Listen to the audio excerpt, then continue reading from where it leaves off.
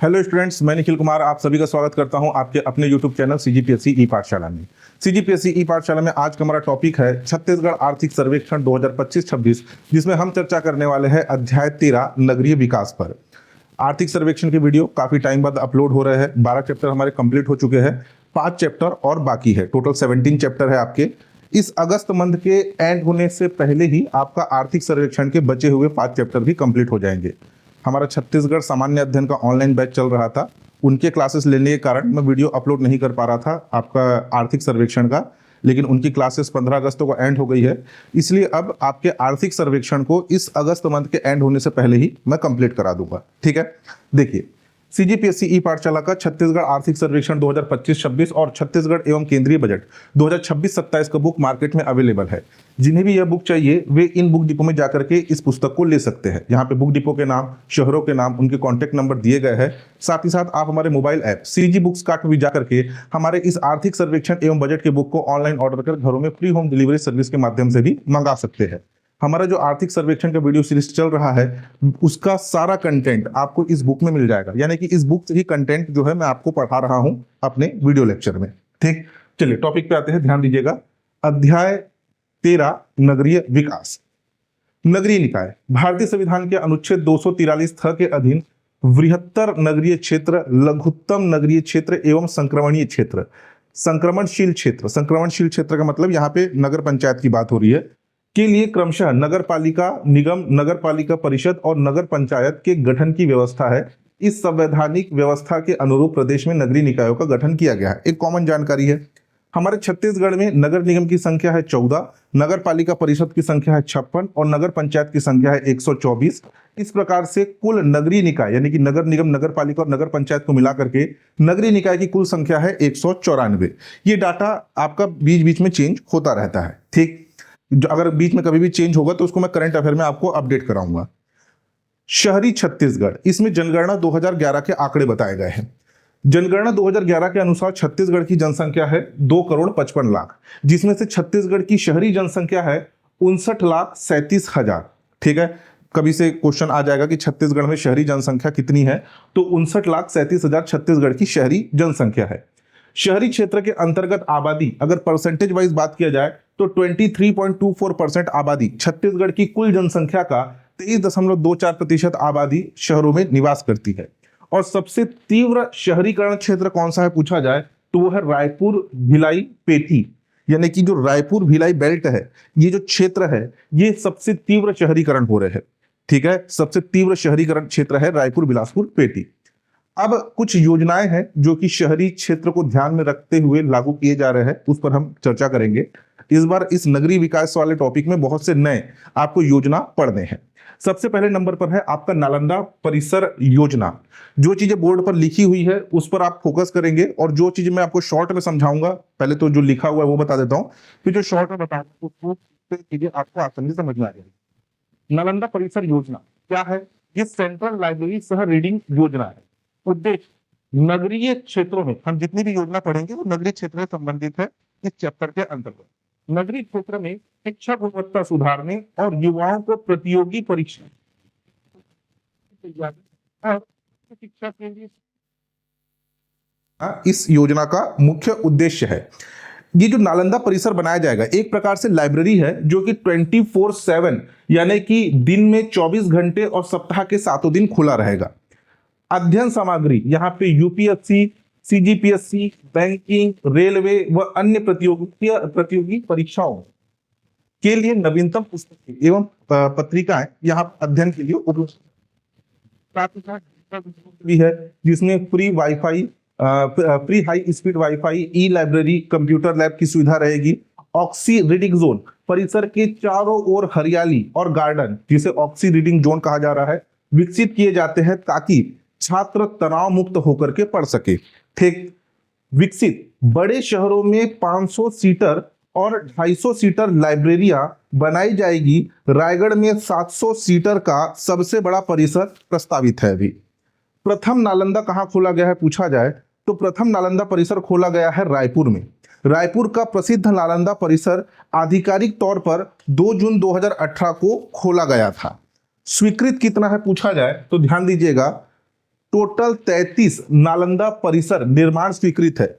वित्तीय वर्ष 2024-25 में, यानी कि पिछले वित्तीय वर्ष में 15 निकायों में, 15 नगरीय निकायों में 15 नालंदा परिसर स्वीकृत है, जबकि अभी जो आपका 2025-26 का जो वित्तीय वर्ष गया उसमें 17 निकायों में आपका 18 नालंदा परिसर स्वीकृत है।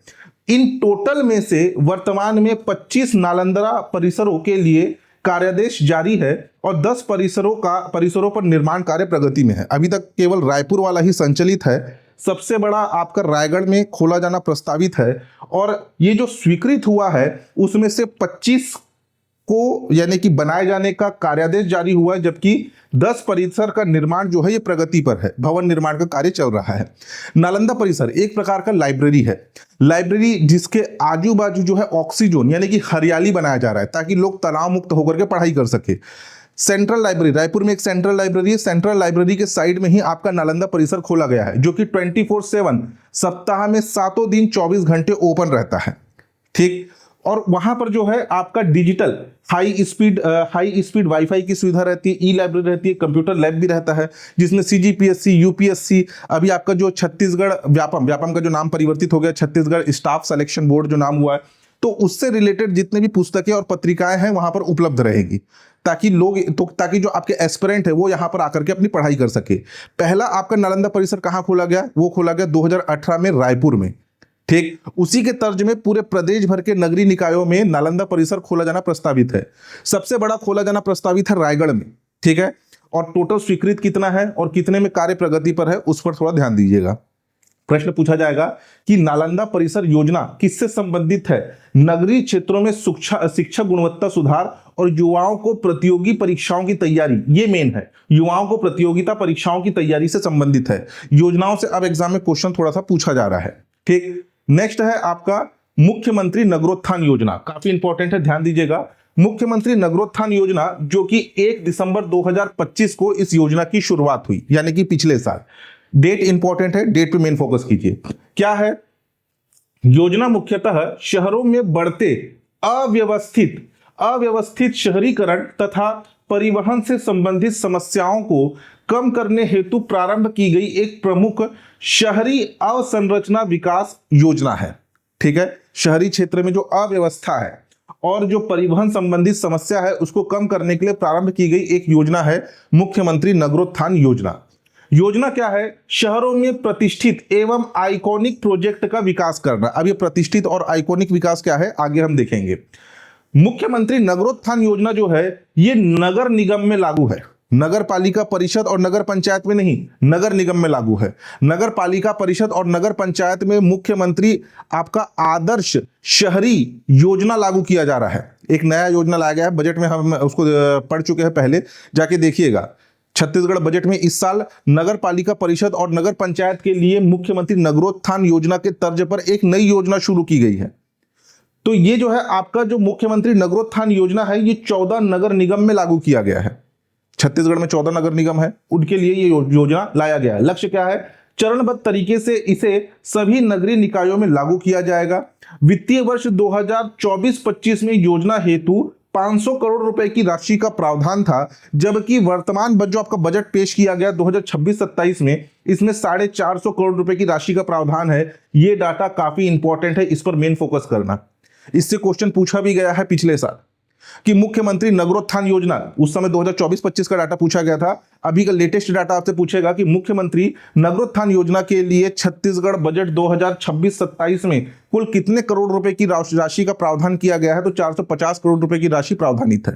ठीक, योजना के तहत 14 नगर निगमों में 31 कार्यों हेतु प्रस्ताव तैयार किए गए हैं। अब योजना अंतर्गत जो विकासात्मक कार्य की बात की जा रही है, ये विकासात्मक कार्य कौन कौन से है उस पर ध्यान दीजिए।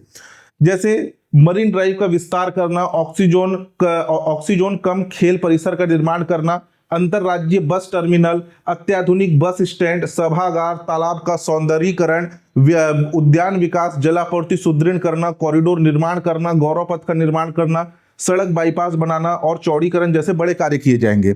शहरी क्षेत्र की मुख्य समस्या क्या होती है? जल संबंधी समस्या होती है, स्ट्रीट लाइट की समस्या होती है, परिवहन की समस्या होती है। अक्सर जो है आपके 2 लेन या 4 लेन सड़क होते हैं, उसके साइड साइड में जो है आपके सर्विस सड़क होते हैं और उस सर्विस सड़क पे जो दुकानदार है उस पर कब्जा कर लेते हैं, सर्विस सड़क जो है बाधित होती है, जिस कारण से परिवहन आवागमन जो है ये सही तरीके से नहीं होता। तो नगर निगम क्षेत्र में, जैसे मैं जिस क्षेत्र में रहता हूं भिलाई नगर निगम आता है, तो अभी हमारे क्षेत्र में इसी नगरोत्थान योजना के अंतर्गत जो भी सर्विस रोड थे, जो 4 लेन सड़क रहते हैं उसके साइड में जो सर्विस रोड है, उस सर्विस रोड में अब खाली करवाया जा रहा है ताकि परिवहन जो है बिना बाधा के सुचारू रूप से संचालित हो सके।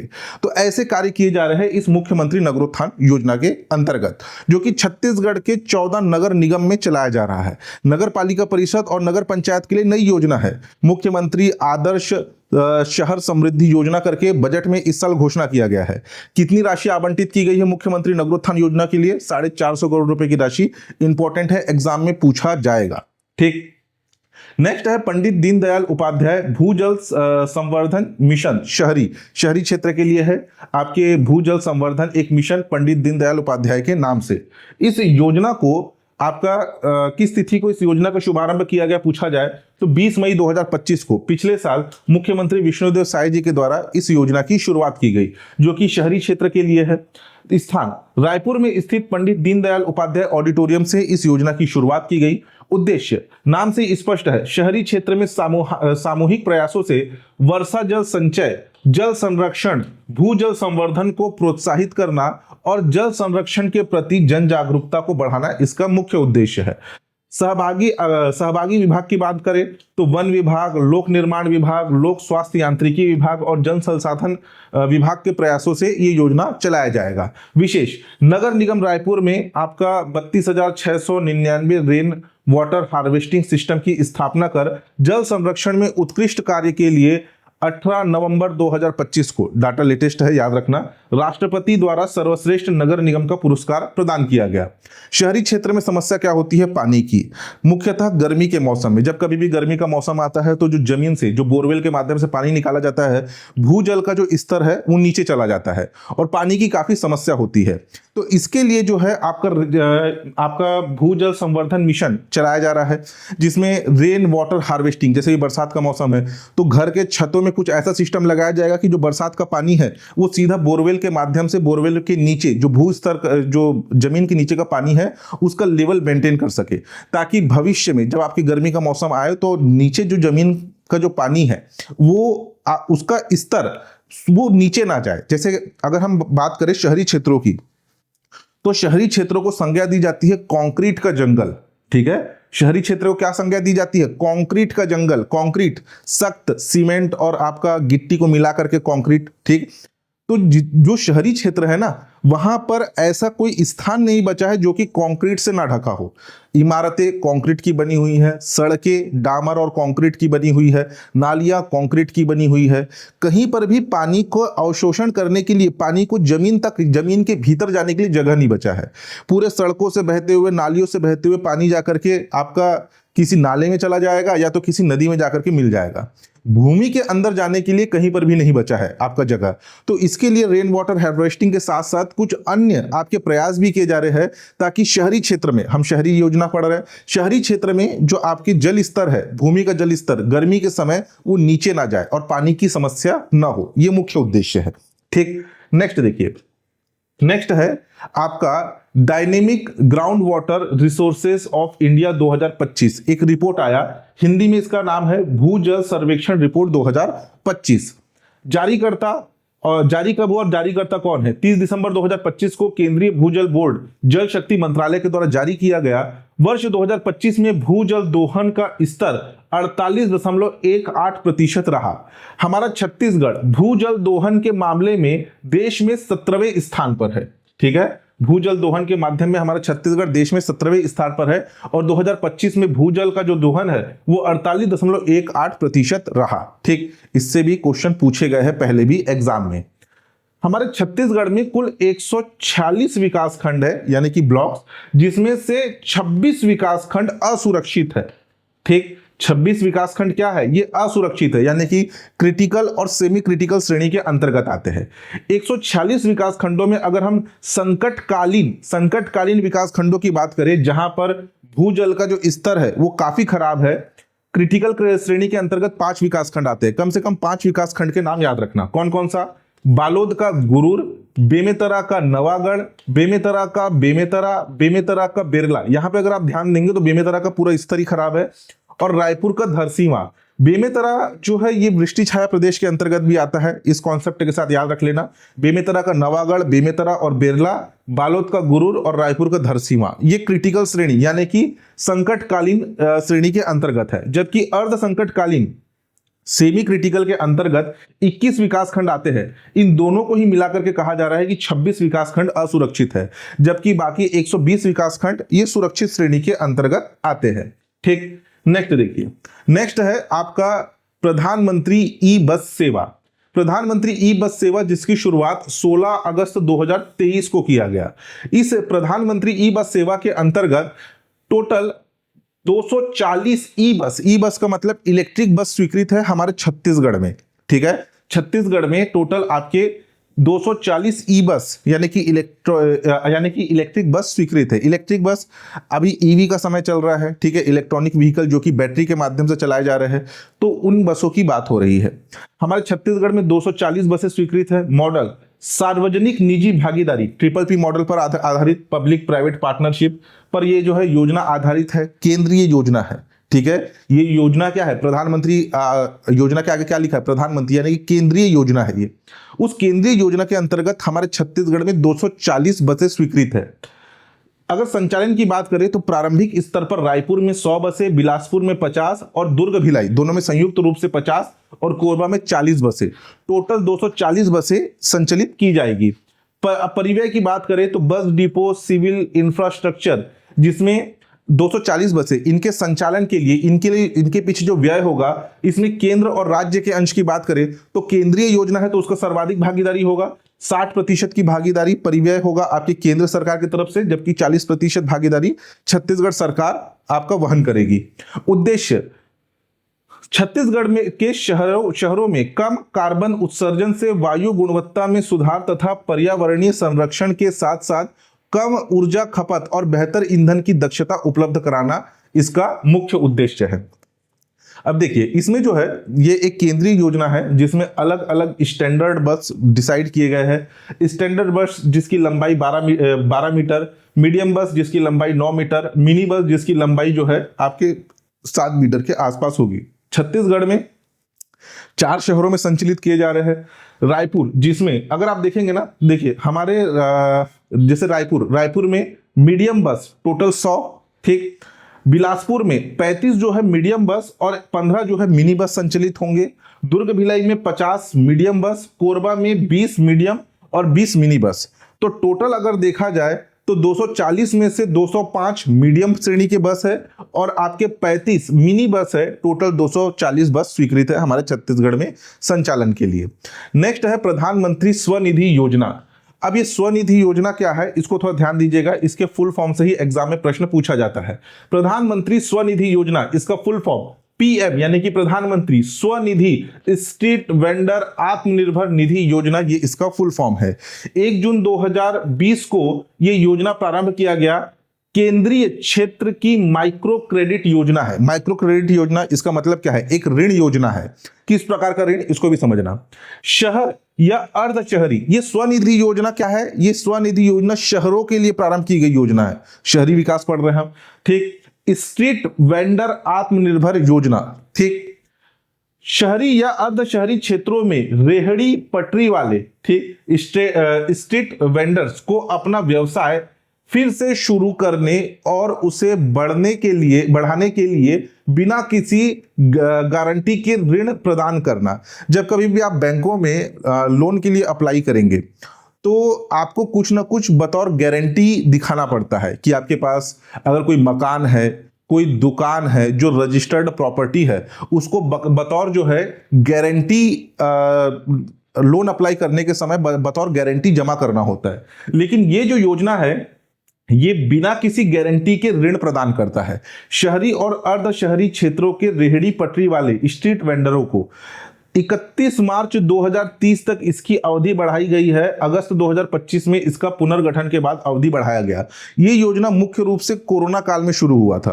कोरोना काल 1 जून 2020, उस समय जो है लॉकडाउन का कंडीशन था, पूरे के पूरे व्यवसाय जो है ठप पड़ गए थे। सबसे ज्यादा प्रभावित हुए थे जो सड़क के किनारे जो व्यवसाय करते थे।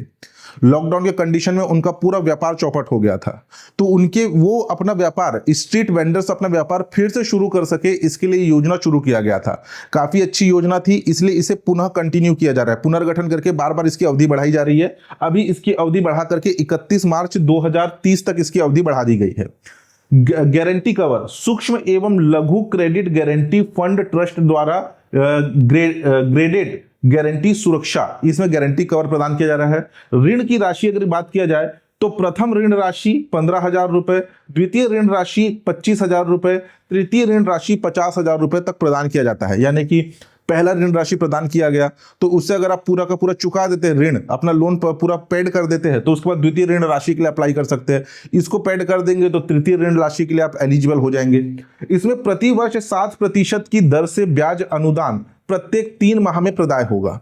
ठीक है, ये क्राइटेरिया रखा गया है।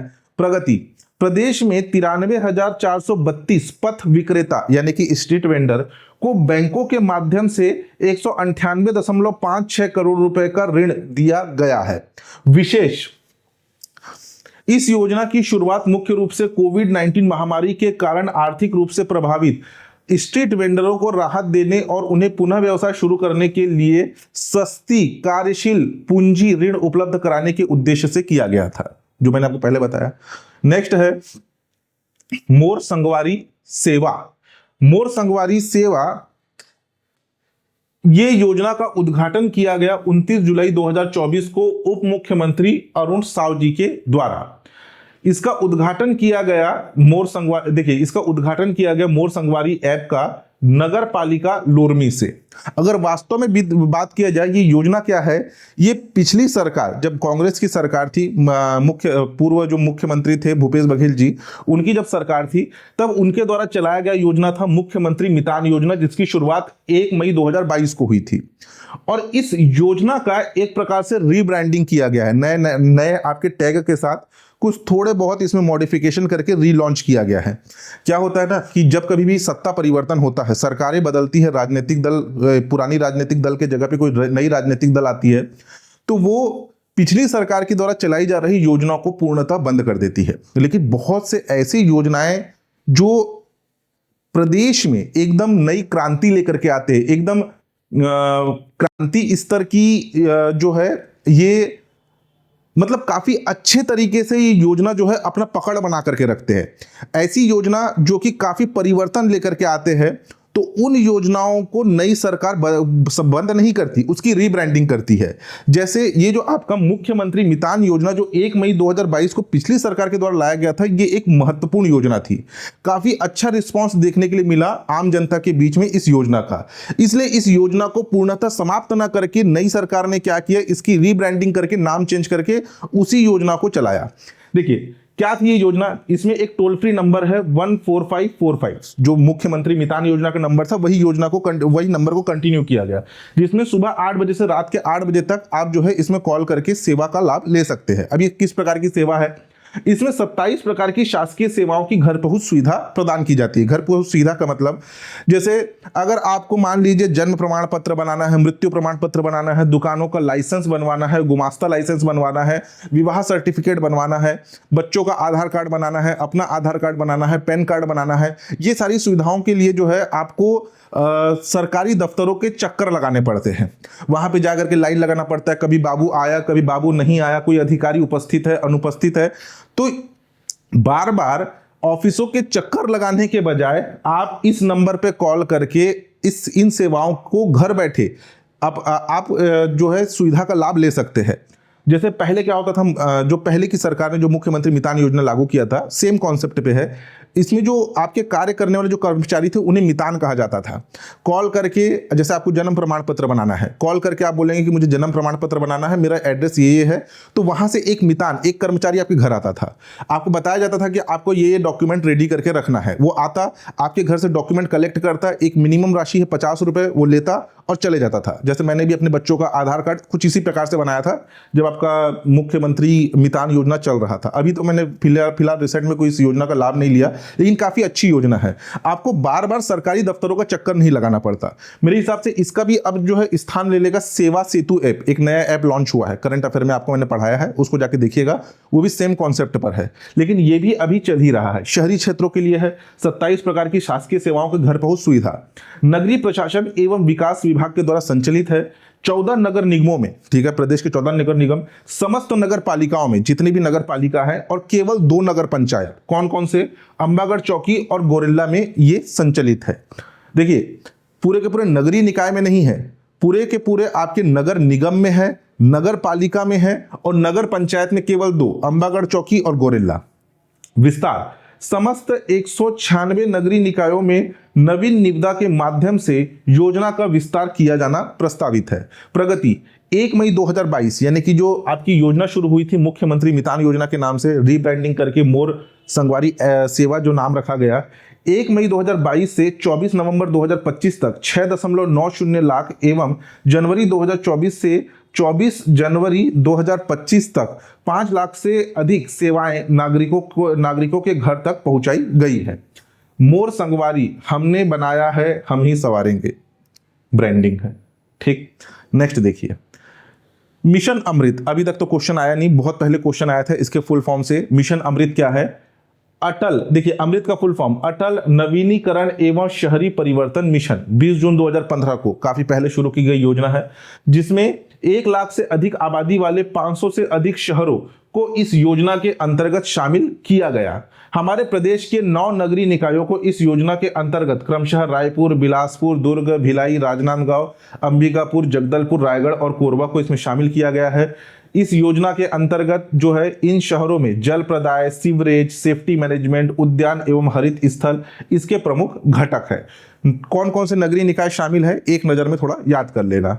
नेक्स्ट है मिशन स्मार्ट सिटी। इससे भी अब तक क्वेश्चन नहीं पूछा गया है, लेकिन इस बार जो है डेट आया है, उस डेट को थोड़ा सा ध्यान देना। 25 जून 2015 को भारत के कुल 100 शहरों को स्मार्ट सिटी बनाने हेतु चयन किया गया। भारत सरकार द्वारा स्मार्ट मिशन के विस्तारित अवधि 31 मार्च 2025 तक निर्धारित की गई, यानी कि पिछले साल की बात हो रही है। प्रदेश के 3 शहरों को क्रमशः रायपुर जो है 23 मई 2016 को शामिल किया गया, नया रायपुर और बिलासपुर 23 जून 2017 को जो है इसका चयन स्मार्ट सिटी योजना के लिए हुआ।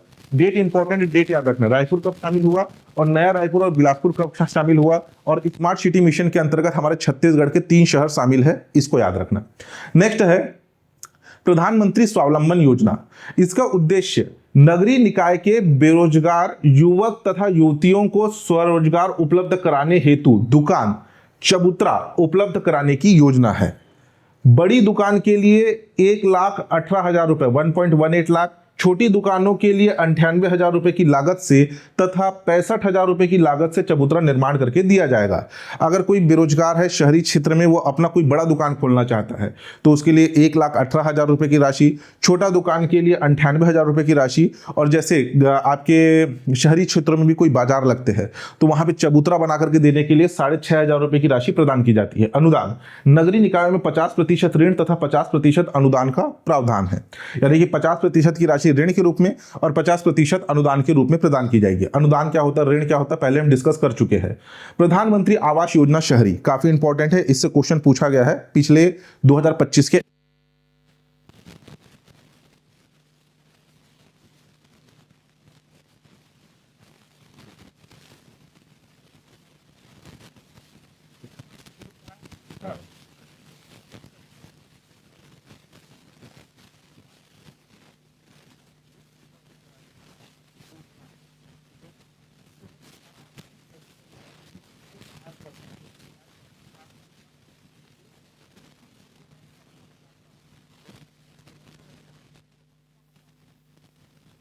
31/8/2015 से पूर्व निकाय क्षेत्र के अंतर्गत निवासरत है। ये क्राइटेरिया है, कौन कौन पात्र होगा। शहरी क्षेत्र के आवासहीन गरीब परिवार, बहुत से आप जगहों में देखोगे सड़क किनारे झोपड़ा टान करके जो आपके घुमंतु परिवार है वो रहते हैं। अल्प आय वर्ग के लोग जिनकी आय, पूरे परिवार की आय 3 लाख से कम है, देश में कहीं पर भी उनके पास पक्का मकान नहीं है, देश में कहीं पर भी, यानी कि शहर की तो बात हो रही है, लेकिन ग्रामीण क्षेत्र में भी उनके पास पक्का मकान नहीं है। दिनांक 31/8/2015 से पूर्व निकाय क्षेत्र के अंतर्गत, शहरी क्षेत्र में निकाय क्षेत्र के अंतर्गत निवासरत है, वो इस योजना के अंतर्गत पात्र होंगे। इस योजना के 3 घटक है, यानी कि 3 अलग अलग प्रकार की इसके अंतर्गत योजनाएं संचालित है। एक है मोर जमीन मोर मकान योजना, BLC शॉर्ट में कहा जाता है। मोर जमीन यानी कि जिनके पास जमीन है लेकिन उस जमीन पर मकान नहीं है, जमीन खुद के नाम पर है, स्वयं के उपलब्ध भूमि पर आवास निर्माण एवं विस्तार, अधिकतम 30 वर्ग फीट कारपेट एरिया में निर्माण करने के लिए व्यक्तिगत आवास निर्माण हेतु 4 किस्तों में 2.29 लाख यानी कि 2,29,000 रुपए सब्सिडी प्रदान की जाती है। योजना अंतर्गत अद्यतन यानी कि जब से ये योजना शुरू हुआ तब से लेकर अब तक 2,06,118 आवास स्वीकृत है, जिसमें से आपका 1,89,547 आवास पूर्ण हो चुके हैं। ये योजना की प्रगति है। दूसरा है मोर जमीन मोर चिन्हारी। ये क्या है? अस्थायी गंदी बस्ती एवं अव्यवहार्य स्थायी झुग्गी बस्ती का व्यवस्थापन करना, यानी कि बहुत से ऐसी जो आपकी बस्तियां होती है जो अस्थायी रूप से है, ठीक है। अस्थायी रूप की बस्ती की अगर हम बात करें तो शहरी क्षेत्रों में कोई नाले के किनारे, कोई तालाब के किनारे अस्थायी रूप से बस्तियां बसाई जाती है। नालों के किनारे गंदगी जगह पे रह रहे हैं तो उनका व्यवस्थापन से संबंधित है। मोर जमीन मोर चिन्हारी।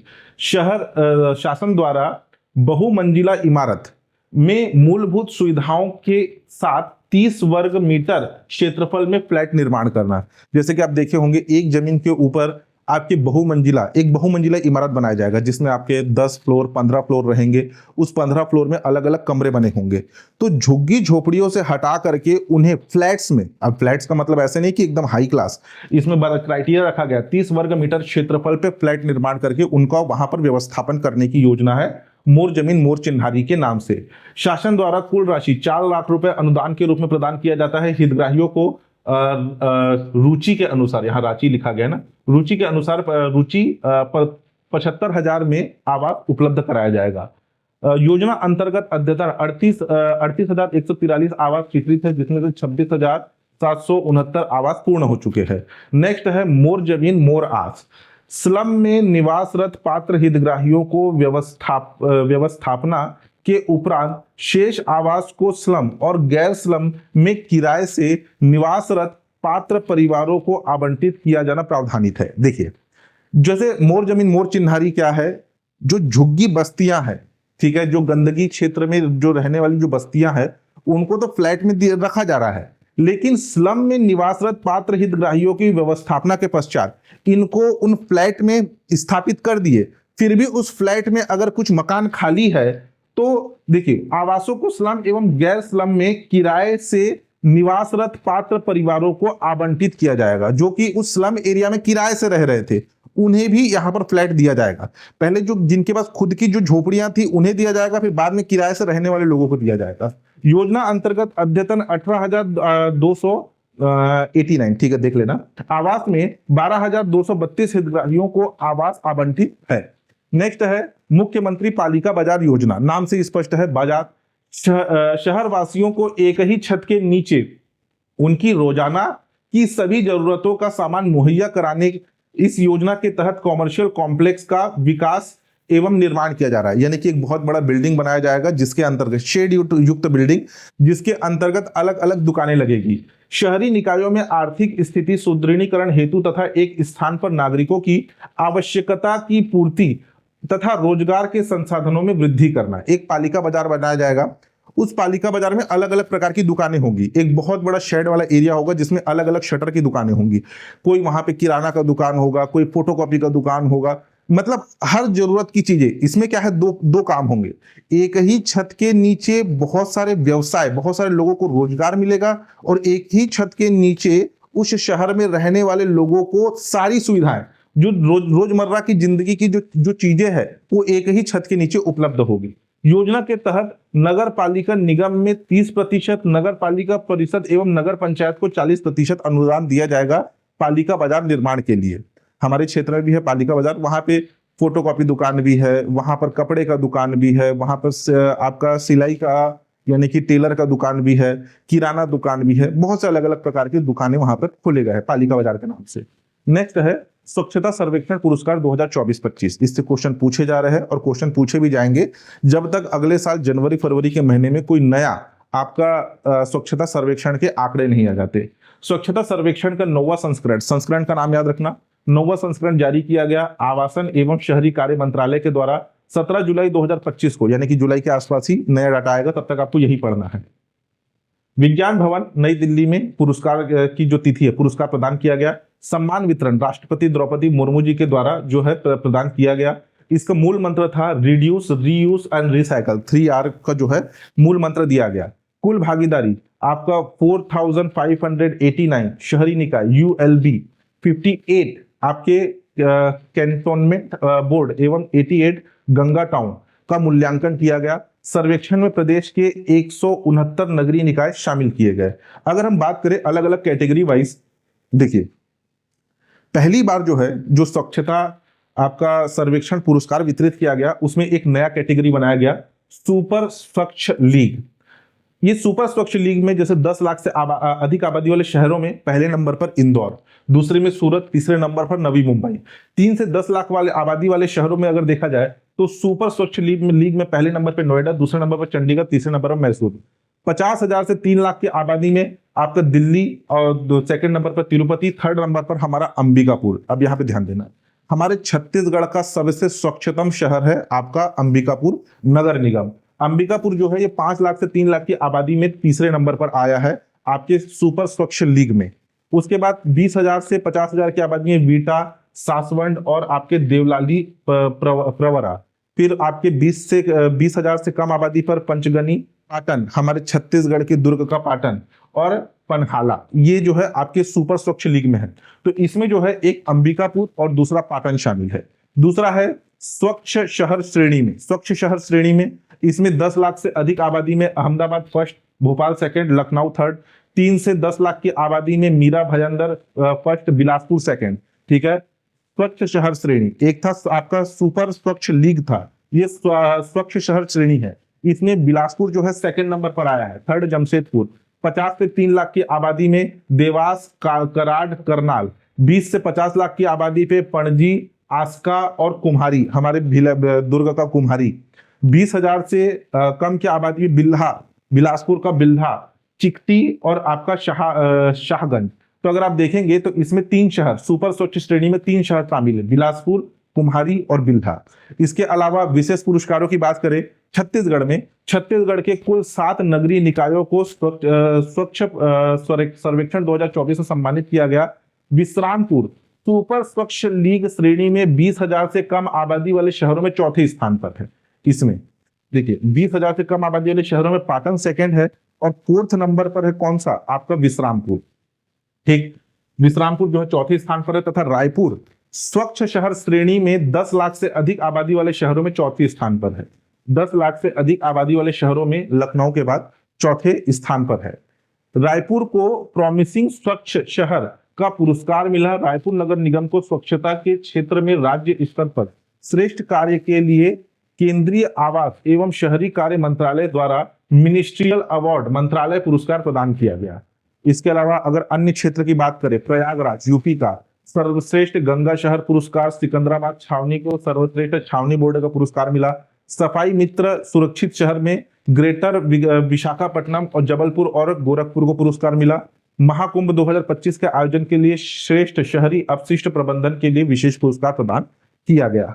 नेक्स्ट देखिए, स्वच्छता सर्वेक्षण 2024-25 में अन्य उपलब्धि, garbage free cities star rating में रायपुर को 7 स्टार रेटिंग का गौरव मिला। ठीक है, अंबिकापुर, बिलासपुर और पाटन को 5 स्टार तथा छत्तीसगढ़ के 18 नगरीय निकायों को 3 स्टार, 93 नगरीय निकायों को 1 स्टार रेटिंग मिला। 7 स्टार रेटिंग में शामिल होने वाला एकमात्र शहर है Raipur, garbage free city star rating. इसमें अंबिकापुर मत लगा देना, अंबिकापुर को 5 स्टार रेटिंग मिला है। नेक्स्ट है हाट बाजार समृद्ध का आधार योजना 2007-8 में शुरू हुई एक पुरानी योजना है। असंगठित रूप से गुमटी, ठेले, फेरी लगाकर जीविकोपार्जन करने वाले परिवारों के आर्थिक उत्थान हेतु ग्रामीण क्षेत्र के उत्पादक वस्तुओं के सुलभ तरीके से विक्रय हेतु योजना है। क्या है पहले पढ़ लीजिए, फिर उसका बताता हूं। नगरीय एवं ग्रामीण दोनों क्षेत्र के लिए है ये योजना। नगरीय एवं ग्रामीण क्षेत्रों में एक एक बड़ा स्थान पर हाट बाजार, एक स्थान पर, जैसे गांव में लगता है साप्ताहिक बाजार, एक विशेष स्थान रहता है जहां पर साप्ताहिक बाजार लगता है, वैसे ही शहरी क्षेत्रों में भी बाजार लगता है, में जो है हाट बाजार के रूप में विकसित करना, जिसमें नीलामी चबूतरा, वहां पे जो है अगर आज के डेट में गांव हो या शहरी क्षेत्र में हो, वहां पर सरकार एक क्षेत्र विशेष में बाजार लगाने की अनुमति देती है और वहां पर चबूतरा निर्माण करके देती है, सीमेंट कंक्रीट का चबूतरा। तो उन चबूतरा की नीलामी, चबूतरे का निर्माण, पार्किंग व्यवस्था, प्रकाश, जल, ड्रेनेज, सार्वजनिक प्रसाधन की सुविधा वहां पर जो है मुहैया कराई जाती है। योजना अंतर्गत नगर निगमों में 100 लाख रुपए, नगर पालिका परिषद में 70 लाख रुपए और आपका नगर पंचायत में 40 लाख रुपए का प्रावधान है ऐसे हाट बाजार के निर्माण के लिए।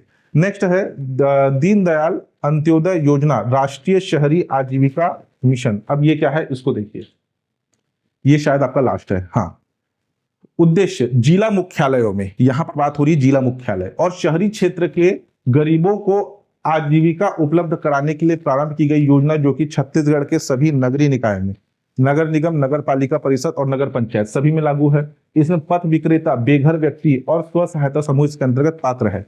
पथ विक्रेता यानी कि स्ट्रीट वेंडर, बेघर व्यक्ति जिसका घर नहीं है और स्व सहायता समूह।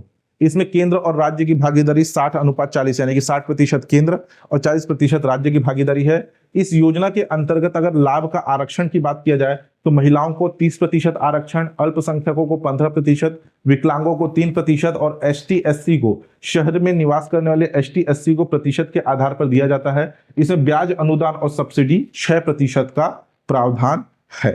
ठीक, तो ये था आपका अध्याय 13 नगरीय विकास। अभी ये आपका अध्याय 13 समाप्त हो गया। इसके बाद आपके 4 चैप्टर बचते हैं, वो भी जल्द आपके समाप्त हो जाएंगे। किसी प्रकार का डाउट हो तो आप नीचे कमेंट करके पूछ सकते हैं। चैनल पर नए तो चैनल को सब्सक्राइब कीजिएगा, लाइक और शेयर जरूर कीजिएगा। धन्यवाद।